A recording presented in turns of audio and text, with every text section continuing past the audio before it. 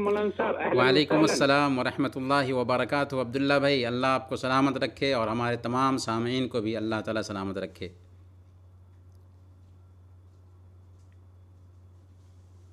جی مولانا صاحب، آپ کو میری آواز آ رہی ہے؟ ہاں بالکل آ رہی ہے آواز عبداللہ بھائی.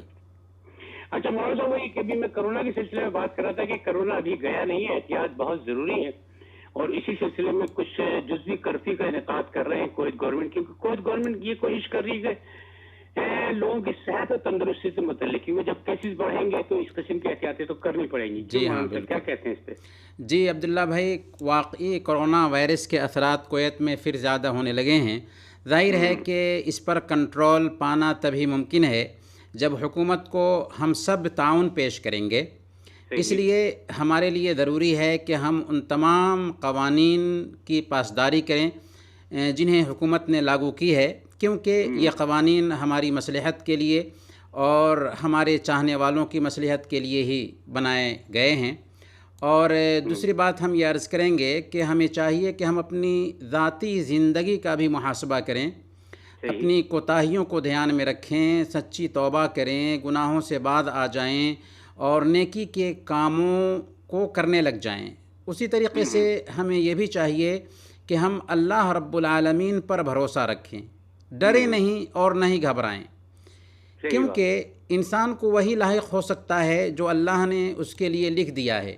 لیکن اس کا مطلب یہ نہیں ہے کہ ہم بچاؤ کو نظر انداز کر دیں، بے احتیاطی برتیں نہیں. اسباب اختیار کرنے کے ساتھ ساتھ اللہ پر بھروسہ کرنے کا نام ہی توکل ہے.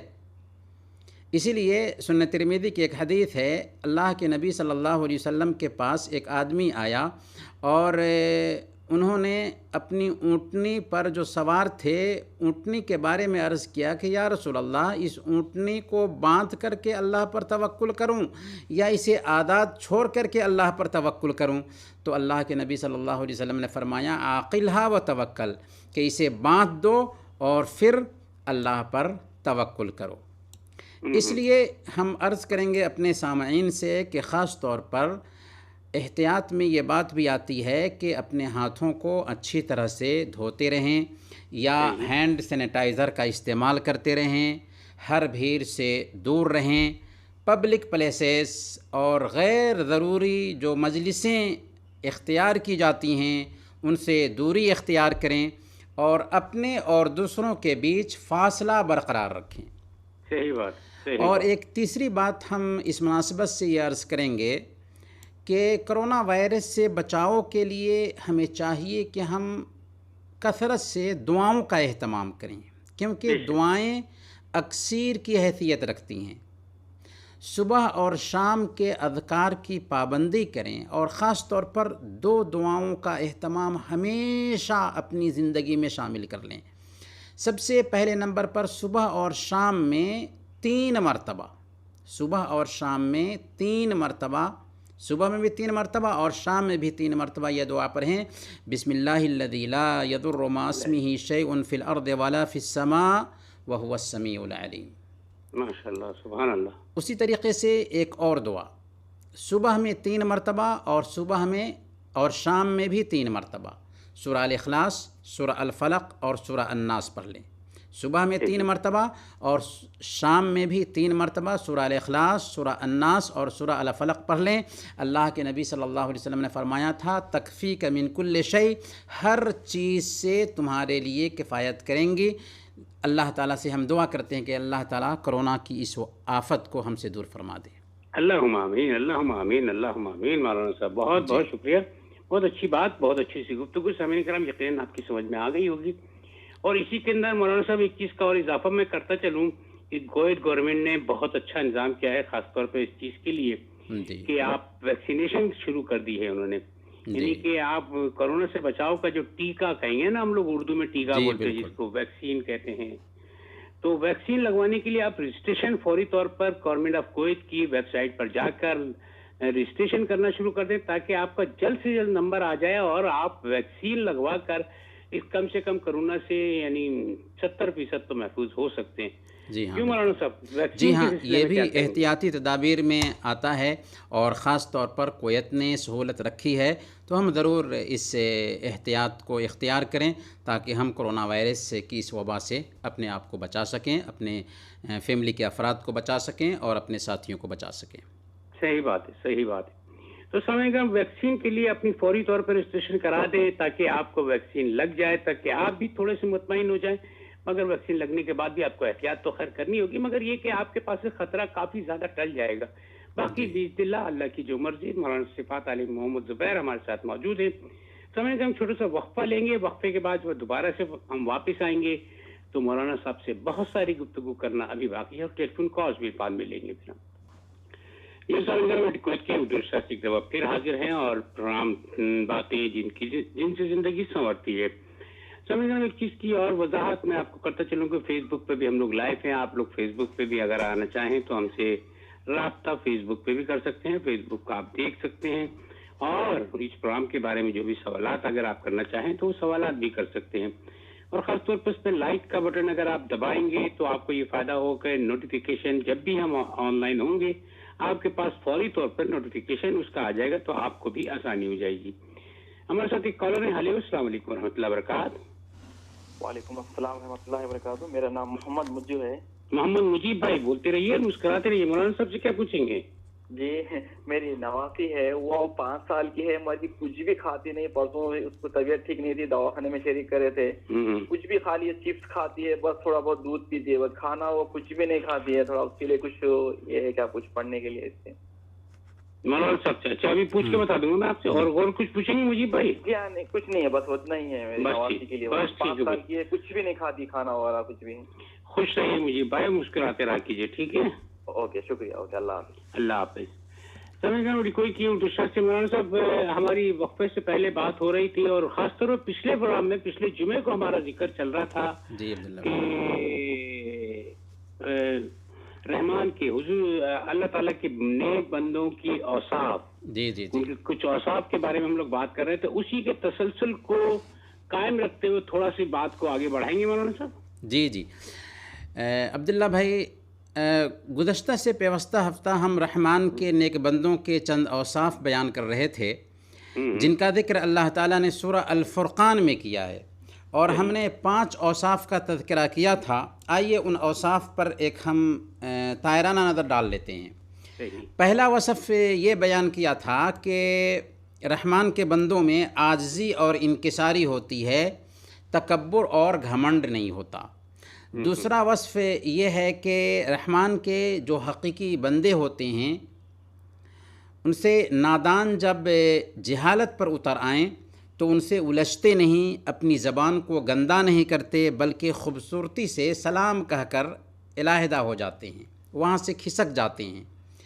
تیسرا وصف یہ ہے کہ رحمان کے حقیقی بندے راتوں میں جاگ کر قیام کرتے ہیں، وہ صرف 5 وقت کی نمازوں پر اکتفا نہیں کرتے بلکہ سنتوں اور نوافل کا بھی اہتمام کرتے ہیں، اور شب بیداری کا بھی اہتمام کرتے ہیں۔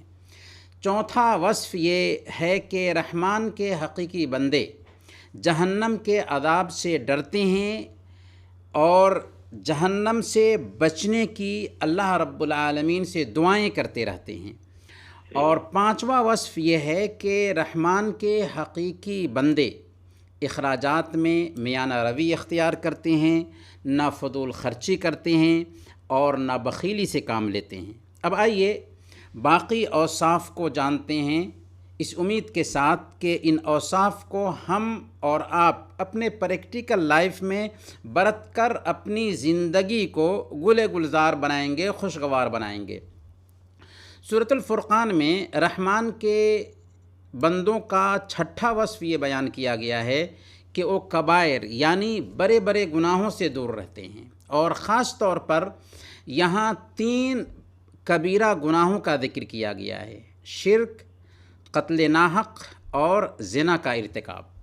فرمایا اللہ تعالیٰ نے: والذین لا يدعون مع اللہ الہا آخر ولا يقتلون النفس التي حرم اللہ الا بالحق ولا یزنون، کہ اللہ کے نیک بندے وہ ہوتے ہیں جو اللہ کے سوا کسی کو معبود نہیں بناتے، کسی اور کو نہیں پکارتے، اور کسی ایسے شخص کو جسے قتل کرنا اللہ نے حرام ٹھہرایا ہے ناحق قتل نہیں کرتے، اور نہ ہی زنا کا ارتکاب کرتے ہیں۔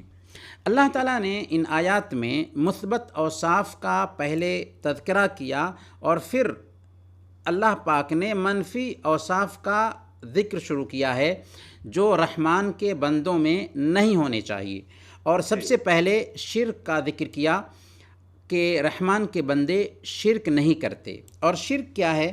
کہ ایک بندہ اللہ تعالیٰ کی ذات میں یا اس کی صفات میں یا اس کی عبادت میں اللہ کے علاوہ کسی دوسرے کو شریک ٹھہرائے، جیسے اللہ کے ساتھ کسی کے لیے رکوع اور سجدہ کیا جائے، اللہ کے علاوہ کسی اور سے مدد مانگی جائے، اللہ کے علاوہ کسی اور کو غیب کا جاننے والا مانا جائے، اللہ کے علاوہ کسی اور ہستی کو مشکل کشا اور حاجت روا سمجھا جائے، یہ سب شرک میں آتا ہے۔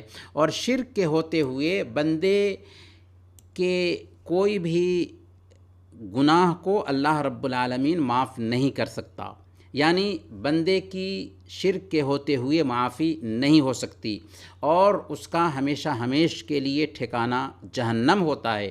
شرک کی وجہ سے سارے اعمال بھی برباد ہو جاتے ہیں۔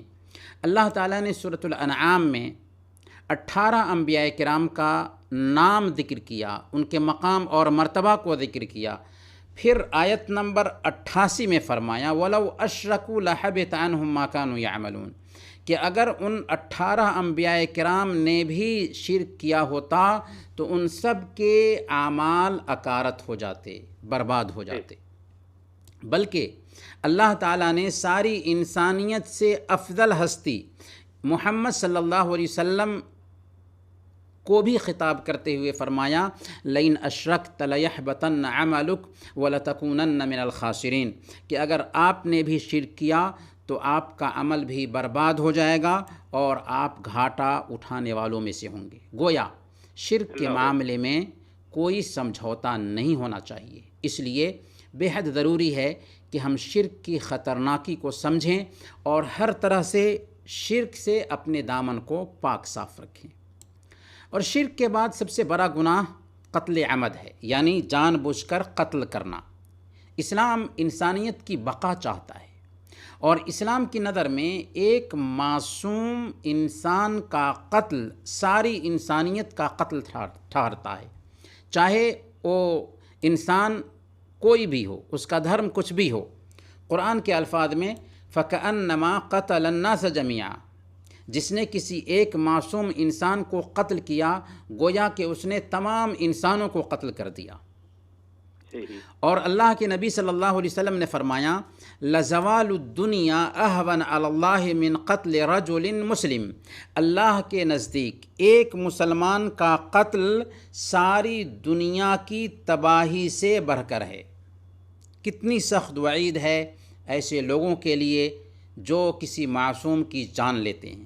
ہاں، اگر وہ کسی کا قاتل ہے اور مقتول کے اولیاء قصاص کا مطالبہ کر رہے ہیں تو ایسی حالت میں قتل کرنا قصاص کے طور پر عدل کا تقاضا ہے، اور یہی اسلام کا عادلانہ فیصلہ بھی ہے تاکہ جرائم پر قابو پایا جا سکے، کیونکہ اسلامی سزاؤں کی وجہ سے جرائم کم ہوتے ہیں۔ اللہ نے خود فرمایا وَلَكُمْ فِي الْقِصَاصِ حَيَاةٌ يَا أُولِي الْأَلْبَابِ، کہ اے عقل رکھنے والو تمہارے لیے قصاص میں زندگی ہے۔ اور تیسری چیز جو ذکر کی گئی وہ ہے زنا، کہ اللہ کے نیک بندے زنا سے بچتے ہیں، وَلَا يَزْنُونَ، وہ زنا نہیں کرتے، اور زنا کے اثرات بڑے گندے ہوتے ہیں۔ نسب کا اختلاط ہوتا ہے، بہت ساری بیماریاں جنم لیتی ہیں، عورت کا تقدس پامال ہو جاتا ہے، خاندان کی عزت خاک میں مل جاتی ہے۔ اسی لیے اسلام نہ صرف یہ کہ زنا سے روکتا ہے بلکہ زنا تک پہنچانے والے سارے کاموں کو بھی حرام ٹھہراتا ہے۔ اس کے باوجود اگر کسی نے یہ کام کیا، یعنی شرک کیا، قتل ناحق کا ارتکاب کیا یا زنا کیا، تو اس کا انجام کیا ہوگا؟ اللہ نے فرمایا وَمَن يَفْعَلْ ذَلِكَ يَلْقَ أَثَامًا يُضَاعَفْ لَهُ الْعَذَابُ يَوْمَ الْقِيَامَةِ وَيَخْلُدْ فِيهِ مُهَانًا، کہ جو کوئی بھی یہ کام کرے وہ اپنے گناہ کا بدلہ پائے گا۔ قیامت کے دن اس کو مقرر عذاب دیا جائے گا اور اسی میں وہ ہمیشہ ہمیش کے لیے ذلت کے ساتھ پڑا رہے گا، یعنی جہنم اس کا ٹھکانہ ہوگا۔ لیکن پیارے بھائیوں اور دینی بہنوں، یہ بات نوٹ کیجئے، اللہ جس کے ساتھ ہم اور آپ معاملہ کرتے ہیں بڑا کریم ہے، نہایت مہربان اور رحم کرنے والا ہے۔ اگر کسی نے شرک کیا، اگر کسی نے قتل ناحق کا ارتکاب کیا، اگر کسی نے زنا کیا یا کوئی بھی جرم کیا، بڑا سے بڑا جرم کیا، پھر سچی توبہ کر کے نیک عمل کرنے لگ گیا، اور سچی توبہ کے ضمن میں یہ بات بھی آتی ہے کہ کسی کا حق دبایا تھا تو اس حق کو واپس کر دے، تو اگر اس نے سچی توبہ کر لی، نیک عمل کرنے لگ گیا، تو اسے کیا ملتا ہے؟ اللہ نہ صرف یہ کہ ایسے شخص کے گناہوں کو معاف کر دیتا ہے، بلکہ اس کے گناہوں کو نیکیوں میں بدل دیتا ہے۔ پہاڑ جیسے گناہ کیے تھے، ان سارے گناہوں کو نیکیوں میں چینج کر دیتا ہے۔ چنانچہ اللہ تعالیٰ نے فرمایا إِلَّا مَن تَابَ وَآمَنَ وَعَمِلَ عَمَلًا صَالِحًا فَأُولَٰئِكَ يُبَدِّلُ اللَّهُ سَيِّئَاتِهِمْ حَسَنَاتٍ، کہ سوائے ان لوگوں کے جو ان گناہوں کے بعد توبہ کر لیں اور ایمان لائیں اور نیک عمل کریں، تو ایسے لوگوں کے گناہوں کو اللہ تعالیٰ نیکیوں سے بدل دے گا۔ اللہ بخشنے والا اور مہربانی کرنے والا ہے۔ تو آپ تصور کیجئے کہ ایک بندہ جو زندگی بھر گناہ کرتا رہا، اگر سچی توبہ کر لیتا ہے اور اس کے بعد اس کی حالت بالکل درست ہو جاتی ہے، اللہ اور اس کے رسول کے طریقے کے مطابق زندگی گزارنے لگ جاتا ہے، تو اللہ کا کرم دیکھیں کہ اللہ تعالیٰ اس کے سارے گناہوں کو معاف ہی نہیں کرتا، بلکہ اس کے گناہوں کو نیکیوں میں بدل دیتا ہے۔ سبحان اللہ۔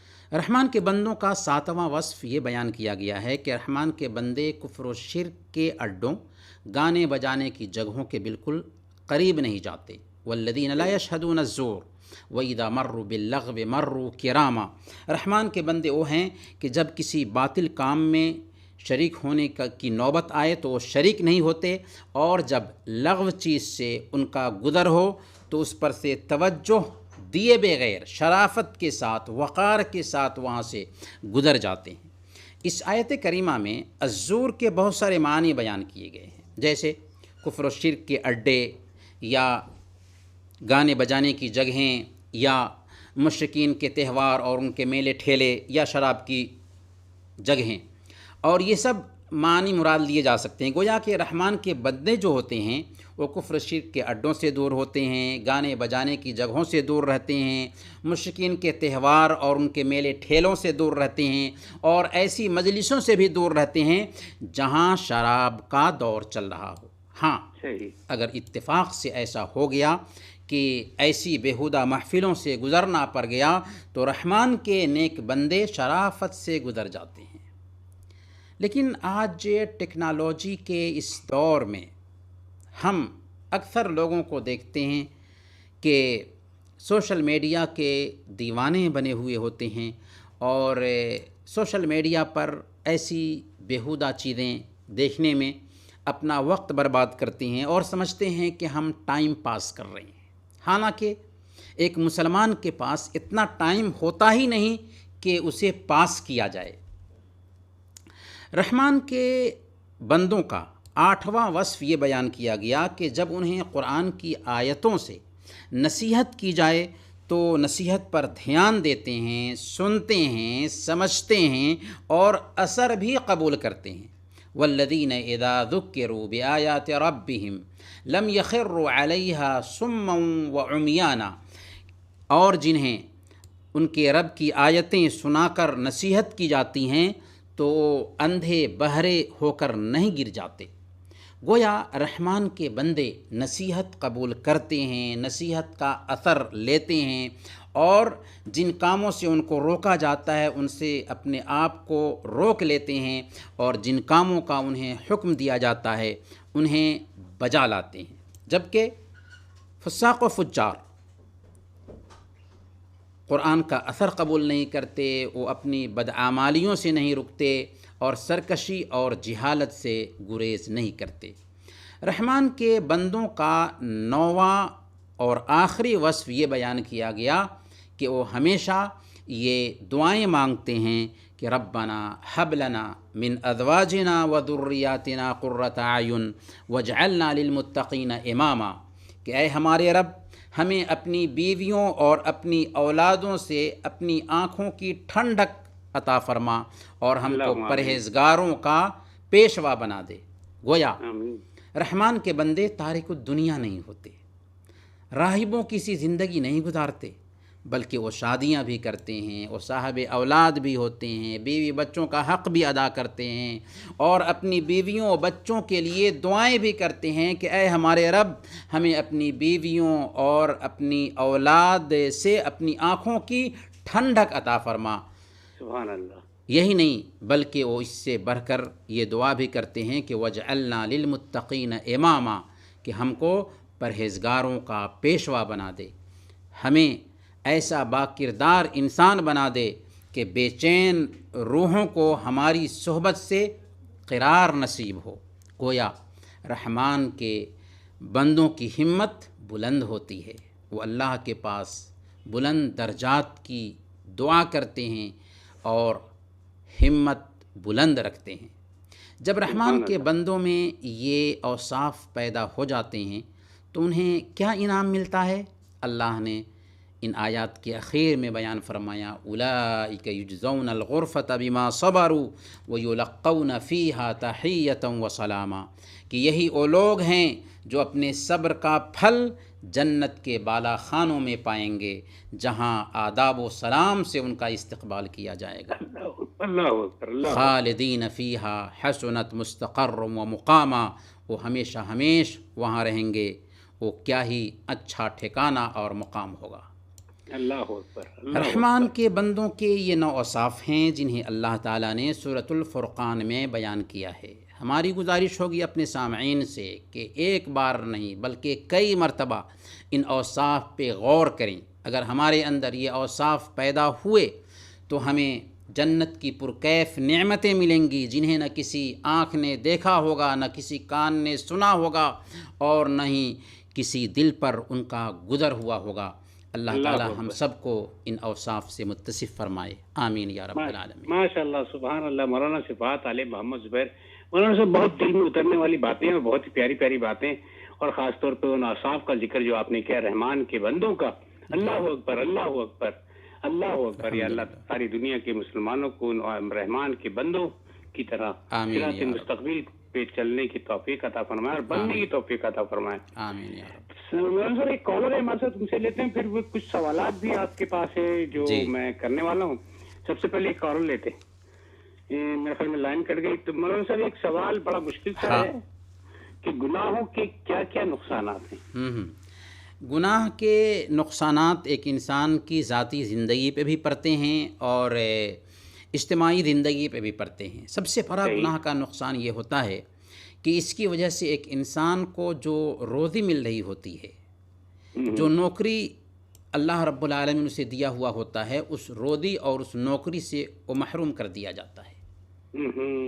اللہ کے نبی صلی اللہ علیہ وسلم نے ارشاد فرمایا ان العبد لیحرم الرزق بالذنب یصیبہ، کہ بندہ گناہ کی وجہ سے اس روزی سے محروم کر دیا جاتا ہے جو اس کو مل رہی ہوتی ہے۔ گناہ کا دوسرا نقصان یہ ہوتا ہے کہ ایک انسان پر ذلت اور رسوائی طاری کر دی جاتی ہے۔ اللہ کے نبی صلی اللہ علیہ وسلم نے ارشاد فرمایا وَجُعِلَتِ الذِّلَّةُ وَالصَّغَارُ عَلَى مَنْ خَالَفَ أَمْرِي، کہ جس نے میرے حکموں کو نہیں مانا، میری نافرمانی کی، اس پر ذلت اور رسوائی طاری کر دی جاتی ہے۔ عزت اسلام میں ہے، عزت اسلام کو اپنانے میں ہے، اسلام کو فالو کرنے میں ہے، اور اسلام کو نظر انداز کرنے کی وجہ سے ایک انسان ذلیل ہوتا ہے، رسوا ہوتا ہے۔ حضرت عمر فاروق رضی اللہ تعالیٰ عنہ کا بہت ہی مشہور ایک قول ہے کہ نحن قوم اعزنا اللہ بالاسلام فمہما ابتغینا العز بغیر ما اعزنا اللہ به اذلنا اللہ، ہم وہ قوم ہیں جسے اللہ نے اسلام کی وجہ سے عزت دی ہے، اگر ہم اسلام کے علاوہ کہیں اور عزت ڈھونڈنے کی کوشش کریں گے تو اللہ ہمیں ذلیل اور رسوا کر دے گا۔ صحیح صحیح۔ گناہوں کی وجہ سے ہم پر مصیبتیں بھی اترتی ہیں، بلائیں بھی نازل ہوتی ہیں، اس لیے گناہوں کو اگر ہم ترک کریں گے، گناہوں سے ہم بچیں گے تو اللہ رب العالمین کی رحمتیں اتریں گی، کیونکہ اس کا وعدہ ہے وَلَوْ أَنَّ أَهْلَ الْقُرَىٰ آمَنُوا وَاتَّقَوْا لَفَتَحْنَا عَلَيْهِمْ بَرَكَاتٍ مِّنَ السَّمَاءِ وَالْأَرْضِ، اگر بستی والے ایمان لائے ہوتے اور تقوی کا راستہ اختیار کیا ہوتا تو ہم آسمان اور زمین کی برکتوں کے دروازے ان کے لیے کھول دیے ہوتے۔ اللہ ہم سب کی اصلاح فرمائے۔ اللہ اکبر۔ اچھا مولانا صاحب، چھوٹے چھوٹے آسان سوال، کیونکہ وقت بھی کم رہ گیا ہمارے پاس، جی، کہ کیا شریعت نے کاروبار میں پروفٹ کے لیے کوئی حد مقرر کی ہوئی ہے؟ شریعت نے کاروبار میں پروفٹ کے لیے کوئی حد طے نہیں کی ہے، عرف کے حساب سے جتنا پر اتفاق ہو جائے اتنا پروفٹ لیا جا سکتا ہے۔ صحیح بخاری کی ایک روایت ہے، اللہ کے نبی صلی اللہ علیہ وسلم نے حضرت عروہ رضی اللہ تعالیٰ عنہ کو 1 دینار دے کر کے بھیجا تھا، 1 دینار دیا تھا اور کہا تھا کہ جاؤ اس سے ایک بکری خرید کر لاؤ۔ وہ گئے، 1 دینار میں ایک بکری خریدا اور اسے 2 دینار میں بیچ دیا۔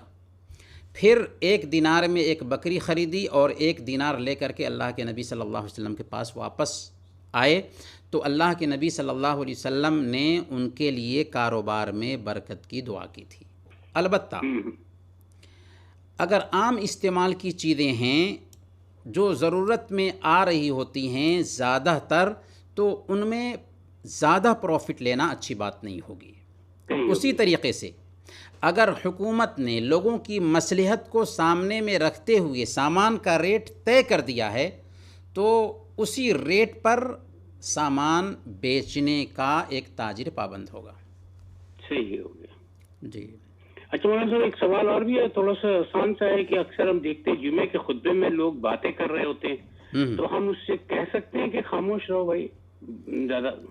جی، جمعہ کے دن اس بات کی گنجائش نہیں رکھی گئی ہے ہمارے لیے کہ ہم بات کرنے والے کو خاموش بھی کریں، یعنی اگر ہم جمعہ کے دن بات کرنے والے کو خاموش بھی رہنے کے لیے کہتے ہیں تو یہ بھی لغو کام شمار ہوگا۔ اللہ کے نبی صلی اللہ علیہ وسلم نے بیان فرمایا، اذا قلت لصاحبک انصت یوم الجمعۃ والامام یخطب فقد لغوت، کہ اگر تم جمعہ کے دن جب کہ امام خطبہ دے رہا ہے کسی سے کہتے ہو جب کہ وہ بات کر رہا تھا چپ ہو جاؤ، تو تم نے لغو کام کیا۔